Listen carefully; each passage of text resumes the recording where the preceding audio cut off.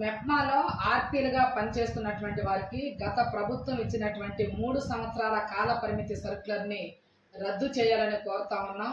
ఉద్యోగ భద్రత కల్పించాలని, గ్రేడింగ్ విధానాన్ని రద్దు చేసి 10,000 రూపాయల వేతనాన్ని చెల్లించాలని, ఫేస్ రీడింగ్ని రద్దు చేయాలని, బలవంతంగా ర్యాపిడ్ ఆటోలు, స్కూటీలు పొదుపు మహిళలకి అంటగట్టే పని ఆపాలని, ఇన్సూరెన్స్ 10 లక్షల రూపాయలు ఇవ్వాలని తదితర డిమాండ్ల సాధనకై మార్చి 24వ తేదీన విజయవాడ అలంకార్ సెంటర్ ధర్నా చౌక్లో రాష్ట్ర ధర్నాను నిర్వహిస్తా ఉన్నాం. ఈ ధర్నాలో రాష్ట్ర వ్యాప్తంగా ఉన్నటువంటి ఆర్పీలందరూ పాల్గొని జయప్రదం చేయాలని ఏపీ మెప్మా ఆర్పీ ఉద్యోగుల సంఘం, సిఐటి అనుబంధ సంఘం రాష్ట్ర కమిటీ పిలుపునిస్తా ఉంది. 2019లో ఆర్పీలకి వేతనాలు పెంచుతూ జీవోని జారీ చేసింది. ఆ జీవోలో గ్రేడింగ్ విధానాన్ని పెట్టింది. 8,000 రూపాయలు రాష్ట్ర ప్రభుత్వం నుంచి చెల్లిస్తామని, 2,000 రూపాయలు ఎస్ఎల్ఎఫ్ నుంచి తీసుకోవాలని ఆ జీవో సారాంశం. కానీ అదే జీవోలో గ్రేడింగ్ విధానం పెట్టడం వల్ల రాష్ట్ర వ్యాప్తంగా అనేక సంవత్సరాలుగా పనిచేస్తున్నటువంటి ఆర్పీలకి 8,000 రూపాయలు ఎవరికి రానటువంటి పరిస్థితి, కోతలు పెడతా ఉంది ప్రభుత్వం. ఈ గ్రేడింగ్ విధానం వల్ల 2,000 నుంచి 3,000, 4,000, 5,000 రూపాయలకి మించి రానటువంటి పరిస్థితి. ఒకవైపున ధరలు విపరీతంగా పెరుగుతూ ఉన్నాయి. ప్రభుత్వం వచ్చినటువంటి జీవోను కూడా పూర్తిగా అమలు చేయనటువంటి పరిస్థితి ఈరోజు ఉంది. ఎస్ఎల్ఎఫ్లో లేక అక్కడ నుంచి 2,000 రూపాయలు తీసుకునేటటువంటి పరిస్థితి కూడా లేదు. కాబట్టి ఈరోజు ఆర్పీలందరికీ కూడా 10,000 రూపాయలు ఎవరికి చేతికి అందడం లేదు.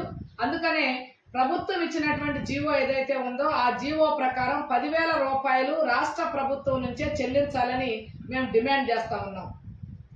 ఈరోజు పొదుపు మహిళల ఆర్థిక అభివృద్ధి కోసం అనే పేరుతోటి రకరకాలైనటువంటి స్కీములని రాష్ట్ర ప్రభుత్వం తీసుకొస్తా ఉంది.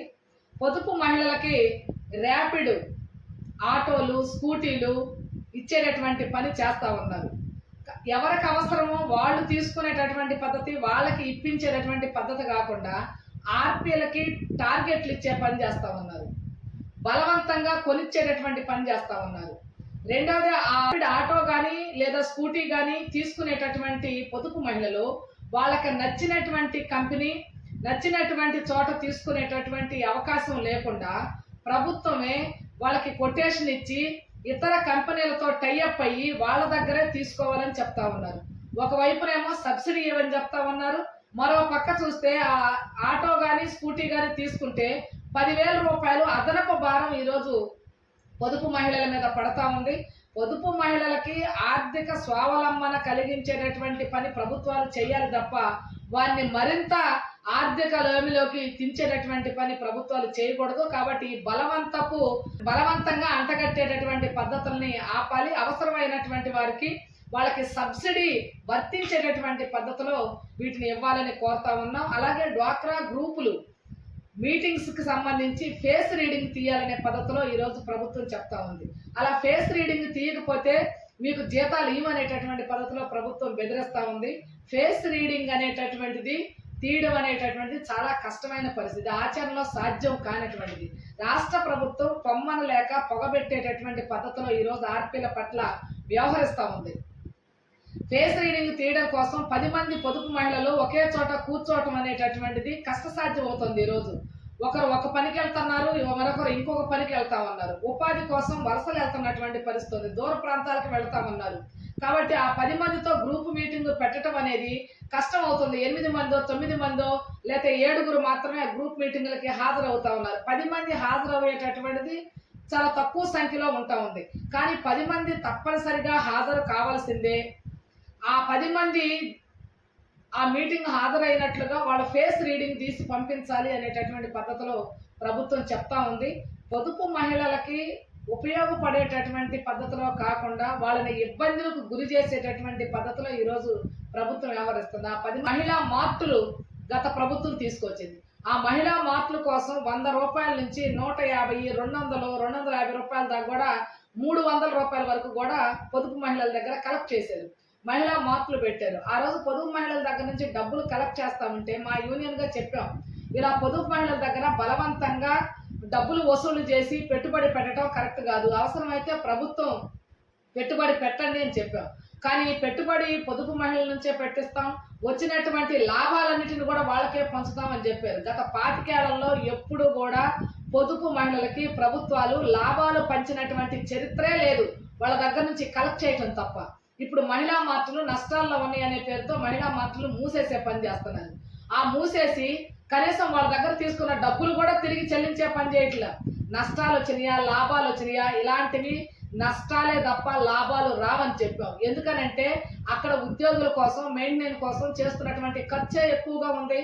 రెండవది, మండల కేంద్రానికి వచ్చి పొదుపు మహిళలందరూ కొనుగోలు చేయాలని అంటే వాళ్ళ దగ్గర చేతిలో డబ్బులు ఉండాలి. రోజువారీ పనికెళ్లే వాళ్ళు అప్పులు పక్కనే ఉన్నటువంటి షాపుల్లో అప్పులు ఇస్తారు. కానీ మన మహిళా మార్టులకు వచ్చి డబ్బులు పెట్టుబడి పెట్టి మరలా కొనుక్కెళ్ళేటటువంటి పరిస్థితి వాళ్ళకు ఉండదని చెప్పాము ఆ రోజు. కానీ వినకుండా ఇది మహిళలకి చాలా ఉపయోగకరమైన పద్ధతిలో లక్షల రూపాయలు, కోట్ల రూపాయలు వసూలు చేసేటటువంటి పని చేశారు. కానీ ఈ రోజు మహిళా మార్టులు మూసేసే పని చేస్తున్నారు. కనీసం వాళ్ళ దగ్గర కలెక్ట్ చేసిన డబ్బులు కూడా తిరిగి చెల్లించేటటువంటి పని చేయట్లేదు.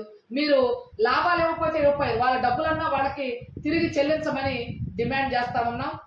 అలాగే ఈరోజు ఆర్పీలకి వర్క్ లోడ్ ఎక్కువైపోయింది. ప్రతి పనిని మొబైల్లో చేయాలని చెప్తా ఉన్నారు. ఆ రకంగా మొబైల్లో పని చెయ్యాలి అని అంటే వాళ్ళకి సెల్ ఫోన్ లోడ్ ఇవ్వాలి, సిమ్ కార్డులు ఇవ్వాలి, రీఛార్జ్ చేయించాలి. ఈ పనులన్నీ ఏం చేయట్లేదు. ఇవన్నిటి కూడా అదనపు భారం ఈరోజు ఆర్పీల మీద పడతా ఉంది. కాబట్టి మొబైల్ ఇవ్వాలి ప్రభుత్వం, అలాగే సిమ్ కార్డ్స్ ఇవ్వాలి, రీఛార్జ్ చేయాలని కోరుతా ఉన్నాం. ప్రధానంగా కాల పరిమితి సర్కులను రద్దు చేయాలి, ఉద్యోగ భద్రత కల్పించాలి, గ్రేడింగ్ విధానాన్ని రద్దు చేయాలి, వాళ్ళకి ప్రభుత్వం ఇచ్చిన జీవో ప్రకారం వేతనాన్ని చెల్లించే పని చేయాలి.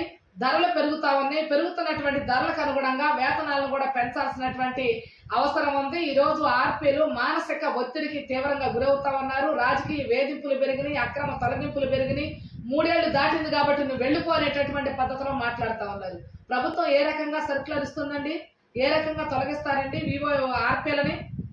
ఆర్పీలు ఎస్ఎల్ఎఫ్ ఉద్యోగులు. కానీ యాక్ట్ ప్రకారం సెల్ఫ్ హెల్ప్ గ్రూపులకి వాళ్ళకి సొసైటీ యాక్ట్ ప్రకారం వాళ్ళకు చట్టం ఉంది.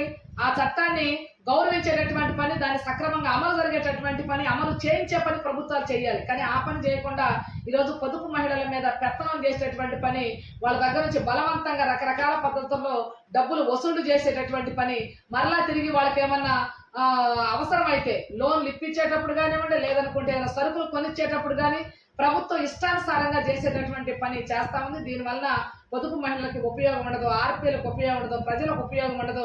కాబట్టి ప్రభుత్వం ఇప్పటికైనా ఆలోచించాలి, ఆర్పీలకి పని భారాన్ని తగ్గించాలి, బకాయి వేతనాలు చెల్లించాలి, కాలపరిమితి సర్కులర్ రద్దు చేయాలి, ఉద్యోగ భద్రత కల్పించాలి, 10 లక్షల ఇన్సూరెన్స్ ని అమలు చేయాలి, అలాగే ఫేస్ రీడింగ్ ని రద్దు చేయాలి, మహిళా మార్టుల పేరుతో డబ్బులు వసూలు చేసినటువంటి వాటిని తిరిగి వాళ్ళకి చెల్లించేటటువంటి పని చేయాలనే డిమాండ్స్ సాధన కోసం మార్చి 24వ తేదీన విజయవాడలో రాష్ట్ర ధర్నా నిర్వహిస్తా ఉన్నాం. ఈ ధర్నాకి రాష్ట్రంలో ఉన్నటువంటి ఆర్పీలందరూ పాల్గొని జయప్రదం చేయాలని ఏపీ మెప్మా ఆర్పీ ఉద్యోగుల సంఘం, సిఐటి అనుబంధ సంఘం రాష్ట్ర కమిటీ పిలుపునిస్తా ఉంది. కే ధనలక్ష్మి, ఏపీ మెప్మా ఆర్పీ ఉద్యోగుల సంఘం రాష్ట్ర ప్రధాన కార్యదర్శి.